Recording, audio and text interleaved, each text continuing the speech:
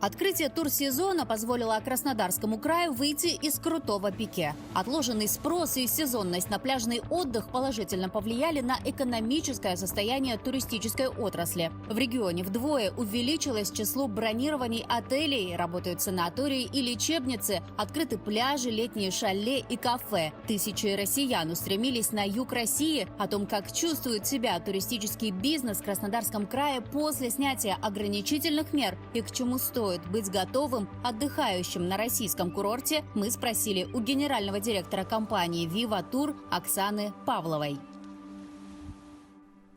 Оксана, добрый день. Я рада приветствовать вас на нашей передаче. И начнем, пожалуй, с самого актуального и самого важного вопроса. Каким образом ваша компания, которая 1 год работает в городе Сочи, в Краснодарском крае, работаете вы в сфере туризма, ответила на вызов, на пандемию коронавируса, и каким образом ваш бизнес пережил режим самоизоляции? Для нас это было, конечно, был шок, потому что мы только начинали продвигаться, да, именно в Краснодарском крае. Но мы, слава богу, пережили все это. Мы поменяли стратегию бизнеса для развития бизнеса. То есть для всего Краснодарского края это был экономический спад. То есть, потому что весь Краснодарский край, в особенности Сочи, живет туризмом. Приоритетным направлением в бизнесе является внутренний туризм. То есть мы предоставляем социально ориентированные туры, школьные туры по городам России. Это лечебно-оздоровительные туры для пенсионеров Крайнего Севера, Дальнего Востока, в санаториях Краснодарского края, Ставропольского края. И по всей России можем также найти другие санатории. И новым направлением бизнеса является продажа недвижимости. То есть мы продаем, получается, дома, земельные участки, квартиры. То есть предлагаем землякам приобрести недвижимость в Сочи.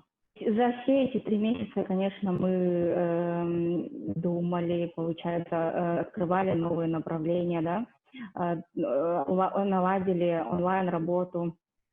То есть, мы своим туристам предлагаем индивидуальный подход, то есть, получается, с их прилета и до вылета мы ведем их отдых, да, предлагаем индивидуальные трансферы, какие-то мы придумали новые экскурсионные маршруты, с ними ездим, да. То есть, в основном это наши земляки, якутяне прилетают, мы их сопровождаем от и до. То есть они могут и днем, и ночью нам звонить, и спрашивать какие-то советы, и мы проконсультируем их всегда. В Краснодарском крае уже стартовал турсезон, и расскажите, пожалуйста, каким образом выстроена работа тех компаний, которые работают в сфере гостеприимства? Прием туристов в Краснодарском крае начался 21 июня. В тот же день мы вышли на работу, очень радостные, соскучившиеся по офису, вышли в офис, начали работать. Тут получается, если говорить, каких-то безопасность, да, туристов, о безопасности туристов, то получается, если вы идете в кафе, ресторан, да, в торговые центры, там везде стоят антисептики. В торговые центры, конечно, нужно соблюдать масочный режим. При заселении ничего не требует, просто заходишь, и проверяют температуру и обрабатывают руки. Только в санаториях требуют там справки результатах теста, да, получается. И только в санаториях требуется, а в отелях не требуют ничего. Как вы уже отметили, Краснодарский край действительно живет туризмом. Расскажите, пожалуйста, как сейчас дела обстоят со спросом? Много ли туристов, много ли гостей приехало и в город Сочи, и в целом в Краснодарский край? Мы открылись в октябре, но наш офис в Якутске работает более 4 лет, и в прошлом году мы обслуживали более 5000 человек, туристов за лето. Ну, конечно, за это лето мы столько туристов не обслуживаем уже, то есть спад ощущается. Но сейчас цена выросла среднего чека, потому Мгм. что отели и так далее все подняли свои цены. То есть, ну, за эти месяцы, которые они отдыхали, да, сидели дома, как бы возместить все это, они повысили цены. Вся Россия отдыхает здесь, в Крыму, и все, и нигде нет моря, да. Тут очень много туристов, да, и везде пробки, везде, да, в ресторанах нет мест. Во время пандемии мы выходили, на улице никого не было, а сейчас мы выходим вообще, пойти некуда вообще, очень много туристов. Ну, взрывной спрос мы особо не чувствовали в начале сезона, да, потому что наша клиентура это в основном Якутия и Дальний Восток. А наши якутяне только-только начинают прилетать, то ли они боялись, то ли что, да, только начинают прилетать. И, ну, сейчас вот так особо мы ну, к Краснодарскому краю мы тоже предлагаем туры, но ну, мы особо взрывной спрос от них не ждем. В Мгм, основном мгм. работаем с Крайним Севером и Дальним Востоком. Для пенсионеров у нас, получается, есть программа оздоровительно-лечебные туры в санаториях, потому что мы здесь сюда прилетели и заключили ну, договора, да, с санаториями и отелями по выгодным очень ценам. Мы можем конкурировать с туроператорами-гигантами, то есть по минимальным ценам мы предлагаем своим пенсионерам, якутянам, да, прилететь по минимальной цене и отдохнуть от 10 ночей в Сочи. Особо таких вложений им как бы не нужно.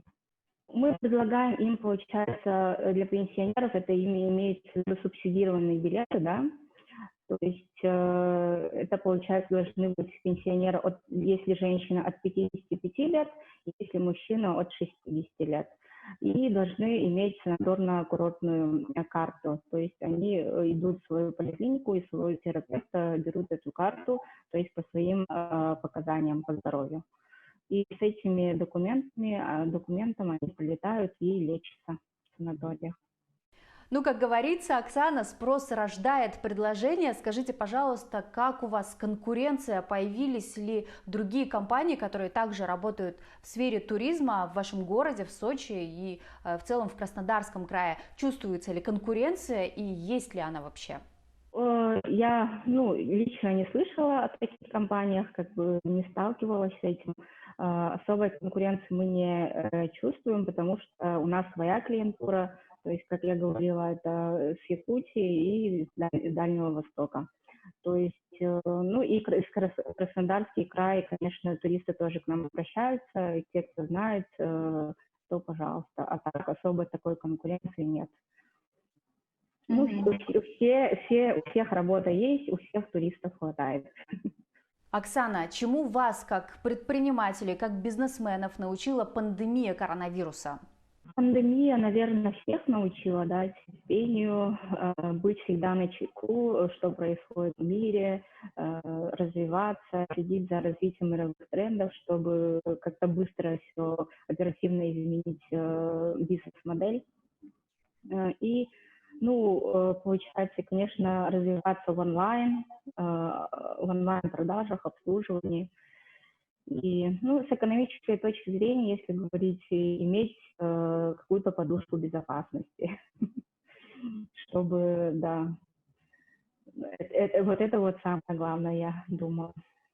Надо находить пути выхода, то есть общаться с людьми, знакомиться с людьми, да, потому что тут очень много ну, возможностей, и, соответственно, ну, нужно работать быстро и сплоченно в команде.